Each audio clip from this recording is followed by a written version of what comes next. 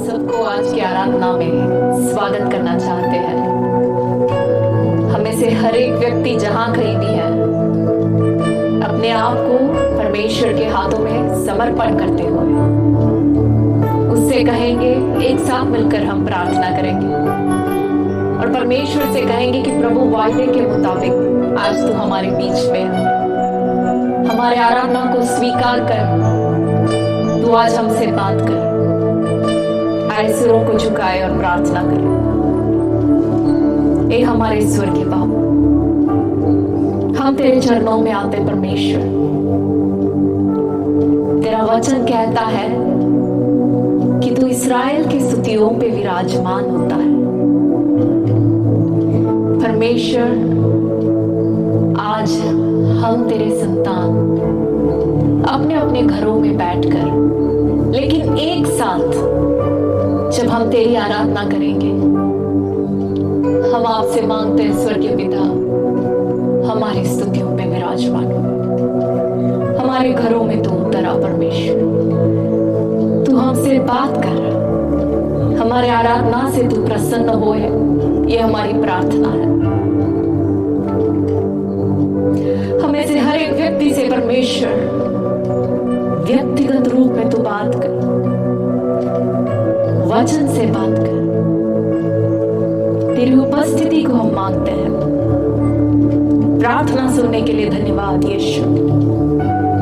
प्रभु यीशु के नाम में हम इस प्रार्थना को मांगते हैं। आमीन, आमीन, हालेलुया। जैसे हमारे पिता ने हमें वायदा किया है, जैसे हमारे यीशु ने हमसे कहा है, वो कभी वायदा को तोड़ता नहीं है। बिल्कुल वायदे के मुताबिक हमारे बीच में है।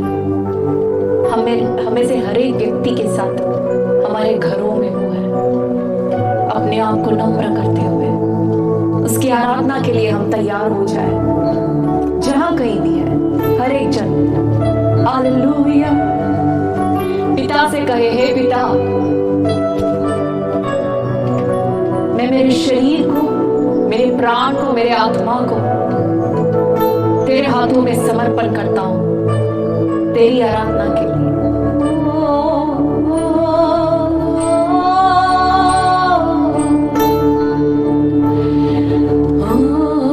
हे स्वर्गीय पिता,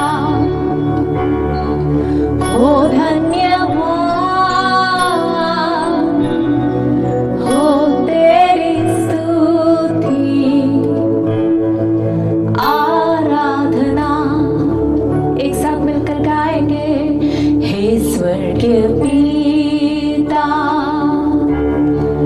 हो धन्यवाद हो तेरी स्तुति आराधना करता समर्पण आत्मा और जीवन तेरी आराधना में तन मन धन एक संग कर समर्पण करे करता समर्पण आत्मा और जीवन तेरी आराधना में तन मन धन एक और बार गाएंगे हे स्वर्गीय पिता हे स्वर्गीय पिता हो धन्यवाद हो तेरी स्तुति आराधना ओ गाए हे स्वर्गीय पिता हो धन्यवाद हो तेरी स्तुति आराधना मैं करता समर्पण आत्मा और जीवन तेरी आराधना में तन मन धन करता समर्पण हर एक व्यक्ति संपूर्ण समर्पण के साथ तेरी आराधना में तन मन धन यीशु से कहे मेरे मसीहा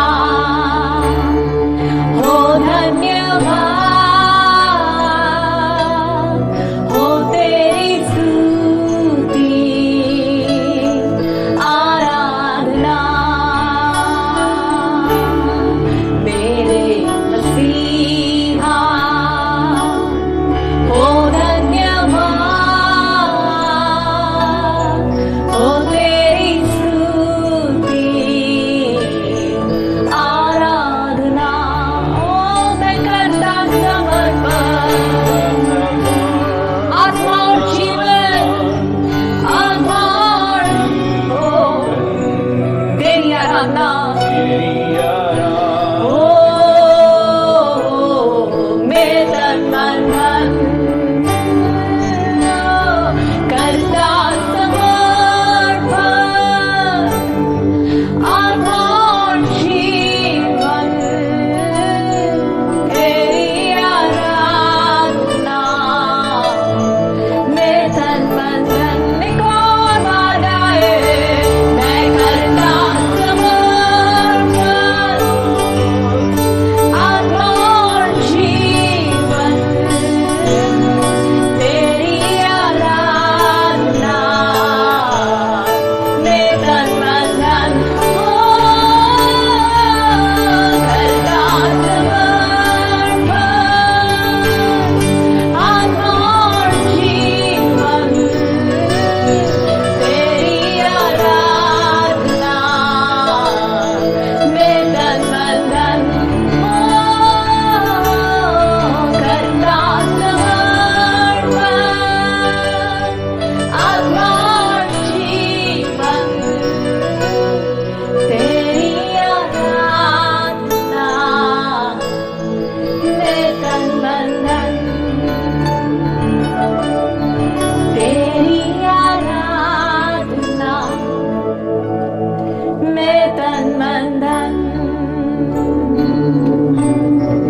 तेरी आराधना ओ यीशु में तन मन धन हर एक व्यक्ति अपने मुंह से बोले तेरी आराधना में तन मन धन हाँ प्रभु हम अपने आप को तेरे हाथों में समर्पण करते परमेश्वर हमारे प्राण को तेरे हाथों में समर्पण करते हैं। तेरी आराधना में हम अपने आप को भूल जाते प्रभु। हालेलुया। पवित्र आत्मा, हम आपसे मांगते हैं कि हम जब तेरी आराधना करते परमेश्वर, अपने आप को तेरी उपस्थिति में खोते, तेरी उपस्थिति में हम अपने आप को ऐसे खो जाए प्रभु।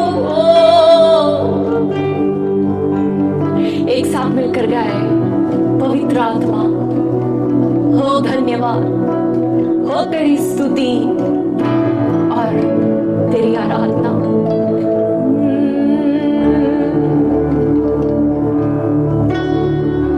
पवित्र आत्मा हो धन्यवाद, हो तेरी स्तुति आराधना। पवित्र आत्मा हो धन्यवाद। ओ हर एक घरों में प्रभु हो तेरी स्तुति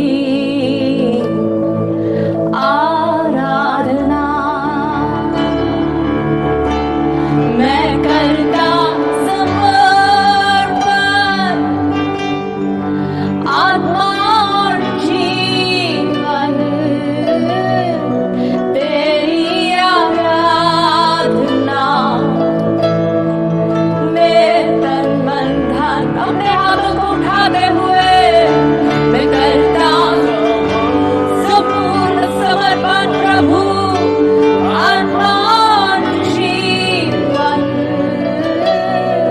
तेरी आराधना में तन मन धन। मैं करता समर्पण आत्मा और जीवन। इस वक्त हमारे सारे बोझ को यीशु के सामने समर्पण करें। मैं करता समर्पण हर बोझ को, हर चिंता को।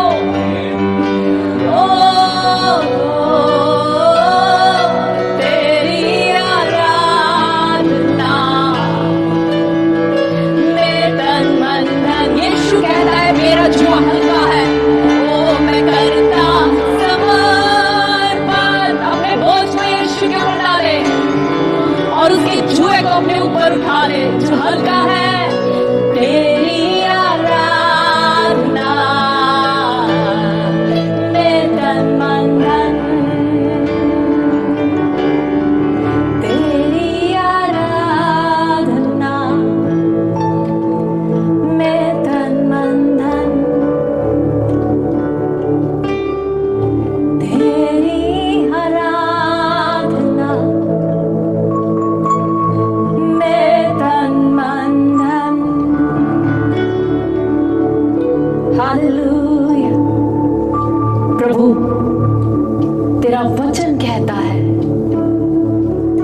हालेलुया, कि नियम के अनुसार, हालेलुया, तेरे वचन के अनुसार मैं एक पापी हूं। हमें से हर एक जन, हमें से कोई भी ऐसा नहीं है जो परमेश्वर के उस नियम के अनुसार उसके सामने, उसकी उपस्थिति में खड़े होने के लिए योग्य हो। हमें से हर एक व्यक्ति पापी है, लेकिन हमारे प्रभु यीशु ने हमारे पाप को, हमारे निर्बलता को, हमारे अयोग्यता को उसने अपने ऊपर उठा लिया और उसने अपनी धार्मिकता हमें पहना दिया। Thank you Jesus. धन्यवाद यीशु।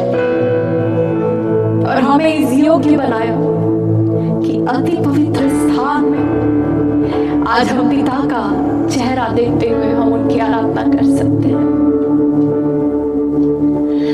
तेरे जैसा प्यार दे जो है न कोई, ऐ मसीह तेरे जैसा प्यार दे जो है न कोई, ऐ मसीह प्यार में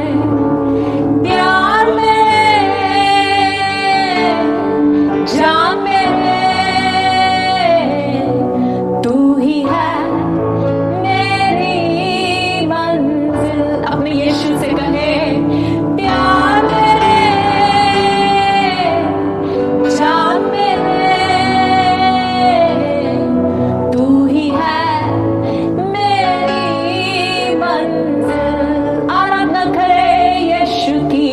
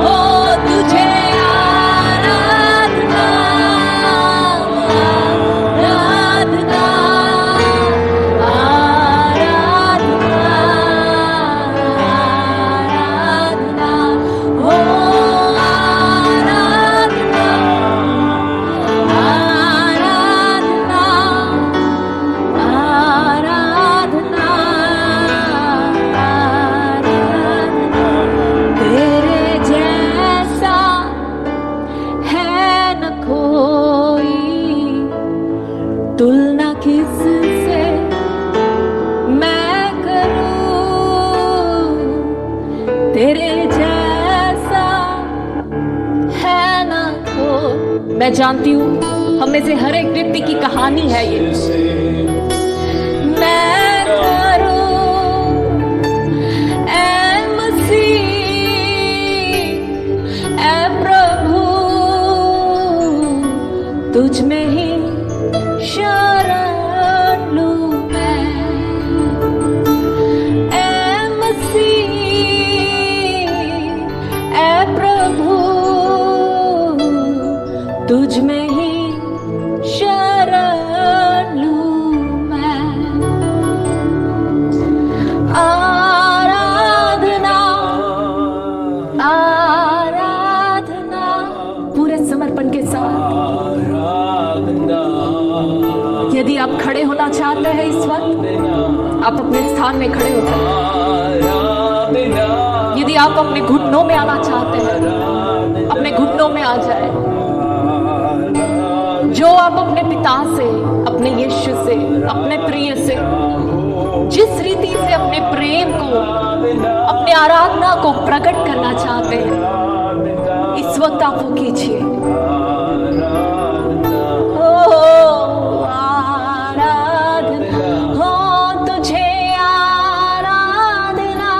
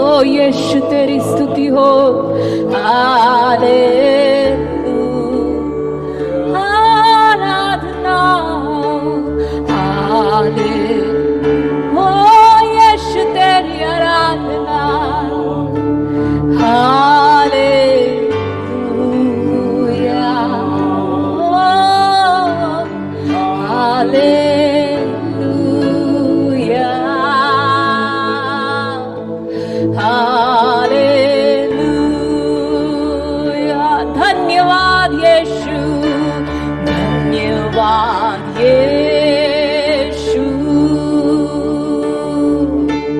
धन्यवाद हो तेरी महिमा हो धन्यवाद यीशु यीशु तेरी धन्यवाद धन्यवाद यीशु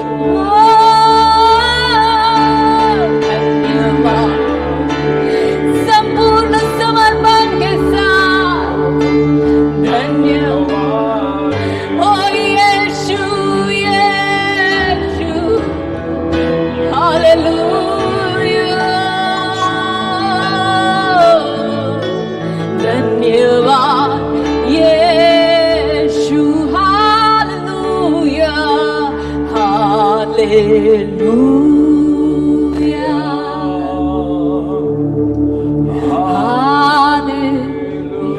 हालेलुया यीशु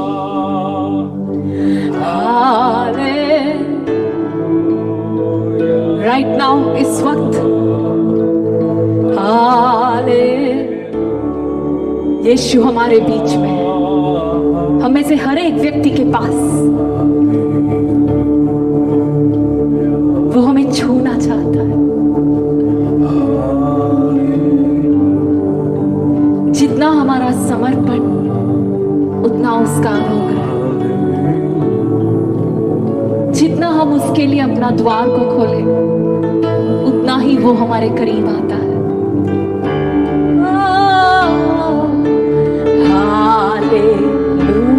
हालेलुया हालेलुया यीशु हालेलुया ओह जीसस हालेलुया तेरी स्तुति हो यीशु तेरी स्तुति हो तेरी आराधना हो। अपने मुंह को खोल दे एक नई गीत गाए ओ अपने यीशु के लिए अपने खुदा के लिए उसके महिमा को वर्णन करते हुए एक नया गीत गाए। हर एक व्यक्ति हर जगह इस वक्त अपने जुबान को खोल कर यीशु की स्तुति और आराधना करे अपनी अपनी भाषाओं में अपने अपने रीति से। ओ हालेलुया यीशु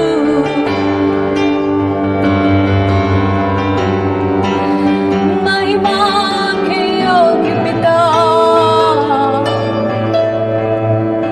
हो तेरी आराधना। पिता इस वक्त हम अपने जरूरतों को तेरे हाथों में ले आते हैं परमेश्वर। प्रभु हम उन लोगों के लिए प्रार्थना करते हैं प्रभु जो इस वक्त पीड़ित हैं। हम उन लोगों के लिए प्रार्थना करते हैं परमेश्वर जो भूखे मर रहे हैं। प्रभु हमें से हर एक भाई बहनों को हम तेरे लहू के आड़ पर छिपा रहे परमेश्वर। यीशु तेरी उपस्थिति के लिए धन्यवाद। तेरी महिमा हो प्रभु। परमेश्वर इस वक्त परमेश्वर हर एक व्यक्ति जो पीड़ित है, हर एक व्यक्ति जो बीमार है इस वक्त इस बीमारी के कारण और बीमारियों के कारण, अनेक लोग जो परमेश्वर भूख के कारण तड़प रहे परमेश्वर, हमारे इस देश को तेरे हाथों में ले आते परमेश्वर।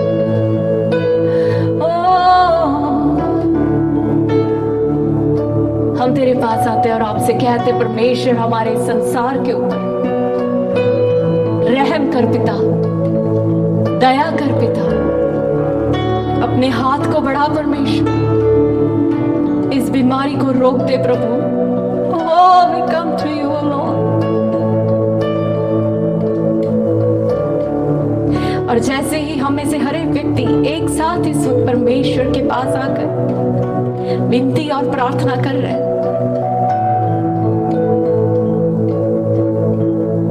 हम इस वक्त प्रार्थना में बढ़ेंगे, एक साथ मिलकर प्रार्थना में जाएंगे। प्रार्थना करते हैं। स्वर्गीय पिता, आपका धन्यवाद, आपका शुक्र करते हैं आज के सुंदर समय दिन के लिए जो आपने हमारे जीवनों को सुरक्षित रखा। हम प्रार्थना करते प्रभु इस परेशानी, इस पैंडेमिक के लिए, कोविड-19 के लिए प्रभु, जितने लोग इससे पीड़ित है प्रभु, उन्हें शिफा भरे हाथ से छूइए, चंगा कीजिए प्रभु, उनके जीवन नाश न हो। और दुआ करते जो डॉक्टर्स, नर्सेज और पुलिस अधिकारी, एम्बुलेंस चलाने वाले लोग जितने भी हैं फ्रंट लाइन में होकर काम करें प्रभु, उनके जीवनों की सुरक्षा को मांगते परमेश्वर, कोई बीमारी, कोई वायरस उन्हें छूने ना पाए परमेश्वर पिता। और दुआ करते खुदावन जी कि जितने लोगों को ये परेशानी किसके समय से निकल रही कि वो आर्थिक समस्याएं और प्रभु किसी के पास खाने को भी नहीं है प्रभु, हम दुआ करते कि आप ही प्रभु मुहैया कराने वाले परमेश्वर हैं। और प्रभु दुआ करते आज के वचन के लिए प्रभु, जो वचन हम अपने कानों को खोलते, जैसा कि भजन संहिता 78 उसकी 1 आयत में लिखा है कि हे मेरे पुत्रों, अपने कान मेरी शिक्षा की ओर लगाओ प्रभु। हमारे कान खुलें ताकि हम आपके वचन को ग्रहण कर उस पर अमल करने वाले हो सके। अपने दास को प्रभु अपने अभिषेक से भरें, पवित्र आत्मा हमारी अगुवाई करें। धन्यवाद करते अपने हमारी दुआ विनती को सुना। प्रार्थना यीशु मसीह नासरी के नाम में मांगते, आमेन।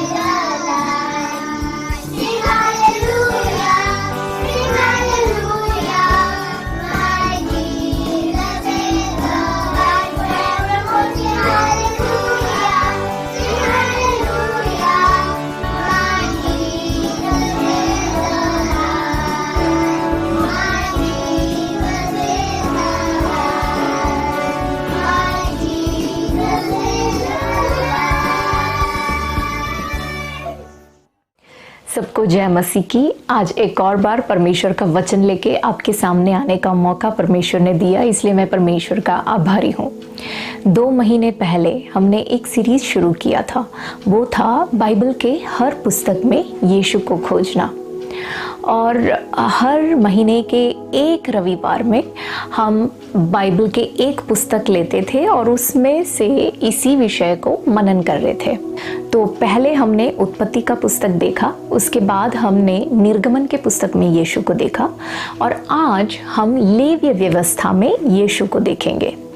इस प्रकार से मनन करने के पीछे एक ही मकसद है कि आप में से हर एक व्यक्ति पूरे महीने के दौरान इस पुस्तक को अपने पर्सनल स्टडी के समय में पढ़े, इस पे मनन करे और आप खुद स्वयं यीशु को इस पुस्तक में खोजने की कोशिश करें। जिस प्रकार हमने उत्पत्ति और निर्गमन में देखा, इसी प्रकार लेवीय व्यवस्था को भी आप अपने पर्सनल स्टडी में इसको स्टडी करें और यीशु को इसमें खोजें। जो इब्रानी बच्चे हैं, जो वो बहुत ही छोटे होते हैं, तभी उनको सबसे पहले लेवीय व्यवस्था का जो पुस्तक है, वो पुस्तक उनको सीखने को कहते हैं। उनसे कहा जाता है कि वो पुस्तक उनको याद करना है। हम क्या करते हैं, हमारे बच्चों को सबसे पहले क्या सिखाते हैं वचन से?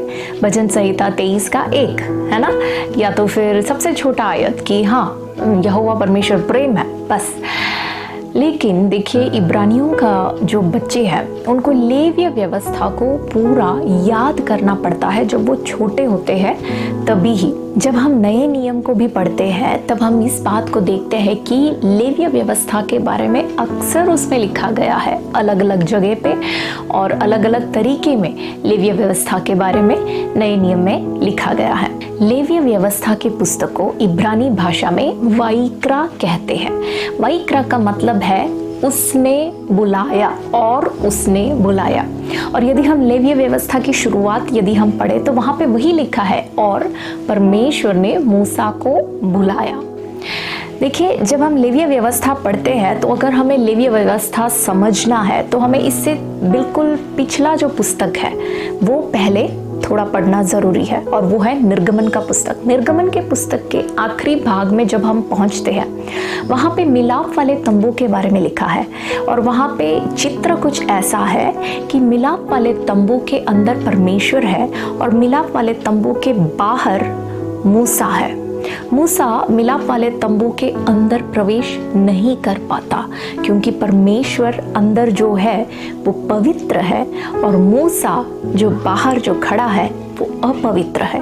ये अपवित्र मनुष्य पवित्र परमेश्वर को मिलने के लिए अंदर जा नहीं पा रहा। और फिर लेवीय व्यवस्था में जब हम आते हैं तो यहाँ हम इस पूरे पुस्तक में हम ये देख पाते हैं कि अपवित्र इंसान, अपवित्र मनुष्य, पवित्र मानव जाति पवित्र परमेश्वर को कैसे मिले, कैसे पवित्र परमेश्वर के पास वो जा सकता है, उसके लिए जितने आवश्यकताएं हैं उसके बारे में वहाँ पे लेवीय व्यवस्था में वर्णन किया गया है। और ये लेवीय व्यवस्था के बाद जब हम गिनती के पुस्तक में पहुँचते हैं तो वहाँ पे एक बहुत ही दिलचस्प बात हम देख सकते हैं। वहाँ पे यही मूसा जो निर्गमन के पुस्तक में मिलाप वाले तंबू के बाहर खड़ा था, वो लेवीय व्यवस्था के बाद जब वो गिनती के पुस्तक में पहुंचता है तब वो मिलाप वाले तंबू के अंदर परमेश्वर के साथ खड़ा है। लेवीय व्यवस्था के पुस्तक में कैसे इंसान परमेश्वर के पास आ सकते हैं, उसके लिए जो भी आवश्यकताएं हैं उसका वर्णन किया गया है। यदि वो इस चीज़ को पूरा करे, यदि वो इस व्यवस्था को पूरा करे, तो वो परमेश्वर के पास पहुंच सकता है। देखिए, हम जो इंसान है, हम परमेश्वर के पास क्यों नहीं पहुंच सकते? वो इसलिए नहीं है क्योंकि परमेश्वर का पद बहुत ऊंचा है, इसलिए नहीं है कि परमेश्वर का जो पोजीशन है या उनका जो स्थान है वो हमसे काफ़ी ऊंचा है तो हम उनके पास पहुंच नहीं सकते। नहीं, परमेश्वर का चरित्र बहुत ऊंचा है, वो पवित्र परमेश्वर है। और लेवीय व्यवस्था में जैसे मैंने कहा, पवित्र परमेश्वर तक पहुंचने के लिए जो भी व्यवस्था है उसका वर्णन है। तो आज हम इस पुस्तक को समझने के लिए, सीखने के लिए, क्योंकि हमारे पास समय कम है, तो हमने क्या किया है, इसको मोटे मोटे रूप में 3 भाग में हमने इसको बांटा है।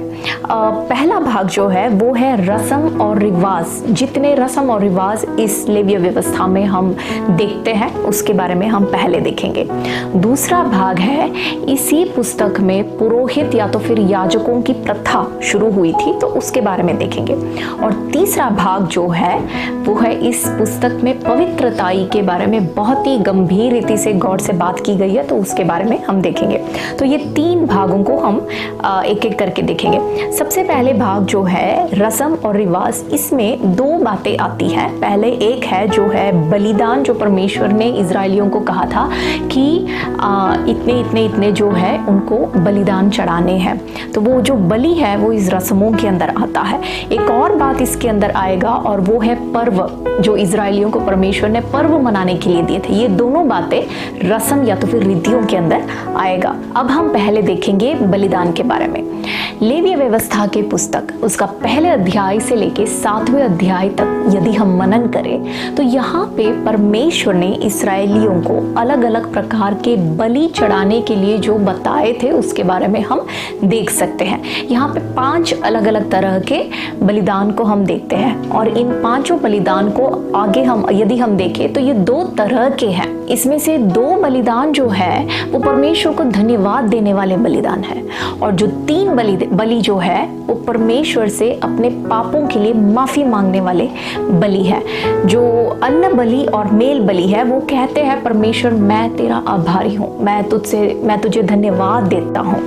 और होम बलि, पाप बलि और दोष बलि जो है जब वो एक व्यक्ति चढ़ाता है तो वो अपने पाप के लिए मन फिराने का और परमेश्वर से माफी मांगने का एक बलि होता है वो। और इसी रस्म और रिवाजों में हम दूसरी चीज जो देखते हैं वो है इजरायलियों द्वारा मनाए जाने वाले पर्व। यदि हम लेवीय व्यवस्था 23वें अध्याय को मनन करें तो वहां पे हम 7 विभिन्न प्रकार के पर्व को देखते हैं। ये पर्व इस प्रकार है: फसह का पर्व, अखमीरी रोटी का पर्व, पहली उपज का पर्व, सप्ताहों का पर्व, नरसिंगे का पर्व, प्रायश्चित का दिन का पर्व और झोपड़ियों का पर्व। जब यहूदी जन इन पर्वों को मनाते थे तो वो परमेश्वर ने पिछले दिनों में उनको किस प्रकार संभाला, किस प्रकार परमेश्वर उनको ले आया, अब तक कैसे परमेश्वर ने चलाए, इन सारे बातों को स्मरण करने का एक मौका था उनके पास। और उसके साथ साथ आज के दिन के लिए परमेश्वर मेरे लिए काफी है, इस चीज को वो समझते थे और परमेश्वर को स्तुति आराधना करते थे पर्व के द्वारा। और इसके साथ ही वो ये भी घोषणा करते थे कि यदि कल के लिए परमेश्वर काफी था और आज भी प्रभु ने मुझे चलाया तो मेरे आने वाले कल के लिए भी यही परमेश्वर मेरे लिए काफी है, वो मेरे लिए मुहैया करेगा, वो मुझे संभालेगा, ले चलेगा। ये था लेवीय व्यवस्था का जो पहला भाग जिस पे हमने ध्यान देना था। अब हम देखेंगे दूसरा भाग जो है पुरोहित या तो फिर याजकों की प्रथा। यदि हम लेवीय व्यवस्था 8वें अध्याय और 9वें अध्याय को पढ़ेंगे तो वहां हम ये देख पाते हैं कि परमेश्वर हारून और उसके पुत्रों को याजकों के रूप में ठहराता है। जब परमेश्वर ने हारून को और उसके पुत्रों को याजक के रूप में ठहराया तो परमेश्वर याजकों को लेकर बहुत ही गंभीर था, बहुत ही याजकों के योग्यताओं को लेके वो बहुत ही गंभीर था। इस बात को यदि समझना है तो हमें लेवीय व्यवस्था 21वें अध्याय और 22वें अध्याय को अच्छे रीति से मनन करना है। वहाँ पे हम बहुत ही एक याजक की आवश्यकताओं को, याजक की योग्यताओं के बारे में हम वहाँ पढ़ सकते हैं। इसका कारण यही है कि जो एक याजक है उसके बारे में इस पुस्तक में ये लिखा गया है कि वो परमेश्वर के सामने इंसान का प्रतिनिधि है और उसी समय वो इंसान के सामने, मनुष्य के सामने परमेश्वर का भी प्रतिनिधि है। क्योंकि एक याजक का ऐसा रोल है, ये बहुत ही गंभीर रीति से परमेश्वर इसको देखता है और इसीलिए ही परमेश्वर 21 और 22वें अध्याय में बहुत सारी योग्यताओं का वर्णन देता है। लेकिन जब हम देखते हैं कि 8 और 9 अध्याय में परमेश्वर हारून और उसके पुत्रों को परमेश्वर के नजरों में याजक ठहराते हैं, बिल्कुल 10 अध्याय में जब हम पहुंचते हैं, 10वें अध्याय में हम देखते हैं कि हारून के पुत्र परमेश्वर द्वारा दिए गए व्यवस्था को तोड़ते हैं। लेवीय व्यवस्था को मोटे रूप में हमने 3 भाग में जब विभागित किया था, उसका तीसरा भाग था पवित्रताई। देखिए, पवित्रताई को यदि हम देखें इस पुस्तक में 11वें अध्याय से 15वें अध्याय तक यदि हम देखें तो वहां पे एक रूप की पवित्रताई के बारे में लिखा है और वो है रिवाज के रूप में पवित्रताई। एक रीति रिवाज के रूप में जो पवित्रताई है, यदि हम इन अध्यायों को मनन करेंगे, वहाँ हम देख सकते हैं कि हमें कैसी चीज़ें खाना है, एक इंसान को कैसी चीज़ें नहीं खाना, किस चीज़ को छूना है, किस चीज़ को नहीं छूना। इस प्रकार के रिवाज के रूप में पवित्रताई के बारे में जो परमेश्वर बात करता है वो हम इन अध्यायों में देख पाते हैं। एक और रूप का पवित्रताई के बारे में हम देखते हैं, वो है 18वें अध्याय से 20वें अध्याय तक जब हम मनन करेंगे तो वहाँ पे हम देखते हैं नैतिक रूप में पवित्रताई, कि कैसे हमें गरीबों की देखभाल करना है, कैसे हमें यौन पवित्रता रखना है या यौन अखंडता रखना है, और सामाजिक न्याय कैसे हमें देखना। तो इस तरह से एक नैतिक रूप में पवित्रताई को हम वहाँ पे देखते हैं। तो आइए अब हम देखते हैं कि इस पुस्तक में, लेवीय व्यवस्था में, हम यीशु को कहाँ देख पाते हैं, कैसे देख पाते हैं। सबसे पहले हमने देखा कि इस पुस्तक में अलग अलग बलि के बारे में बताया गया है। ये सारे बलि जो लेवीय व्यवस्था में बताए जाते हैं, ये सारे स्थायी रूप में है।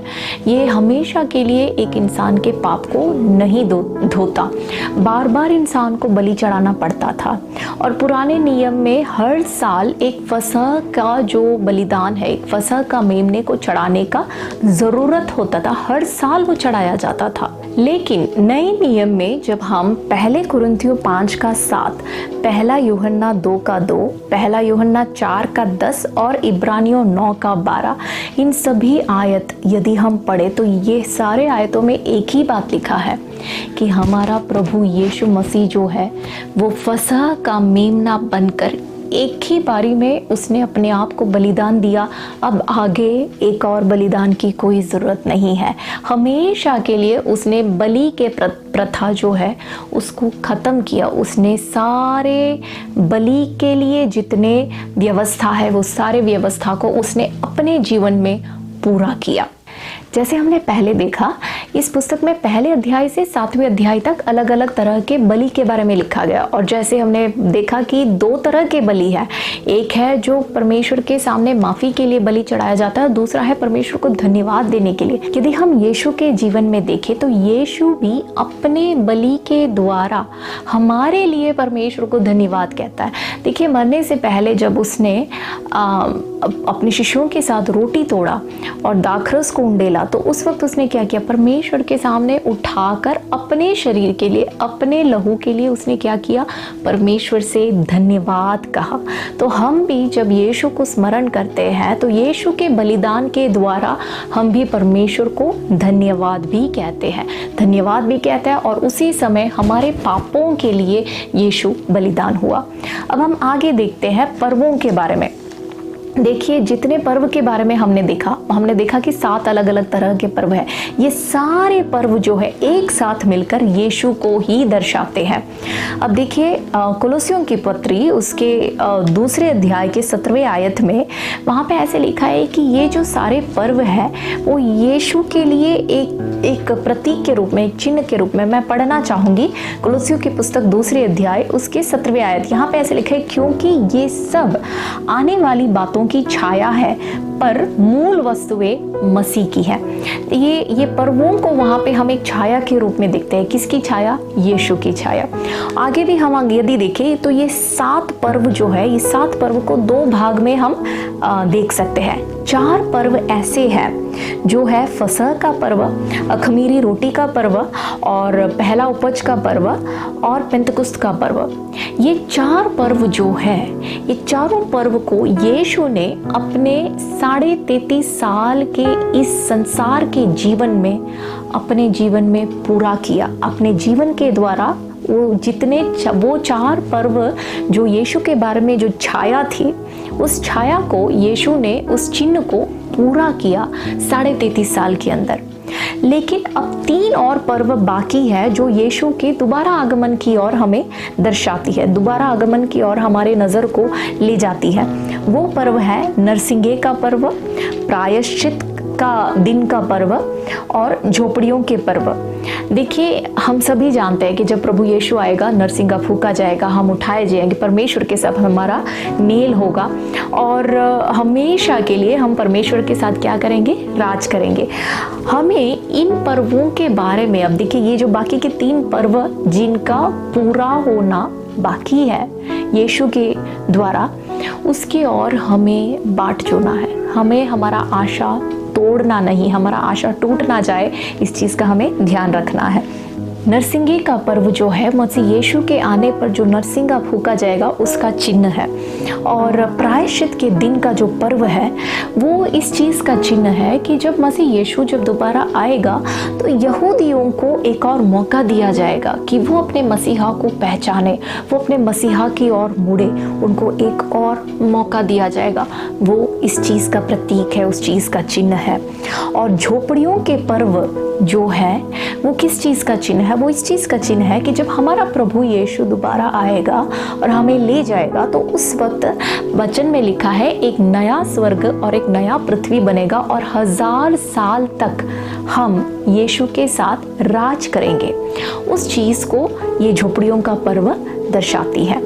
ये था लेवी व्यवस्था के रज़मों का भाग जो हमने देखा, जहाँ पे बलि और पर्व के बारे में हमने देखा कि वहाँ यीशु कहाँ है। अब हम आगे बढ़ेंगे, हम देखेंगे याजकों का प्रथा जो दूसरा भाग है। हमने लेवी व्यवस्था में देखा कि परमेश्वर ने हारून और उसके पुत्रों को याजक ठहराया, लेकिन हारून के संतान क्या करते हैं? परमेश्वर के व्यवस्था को तोड़ देते हैं और परमेश्वर का क्रोध उन पर आता है।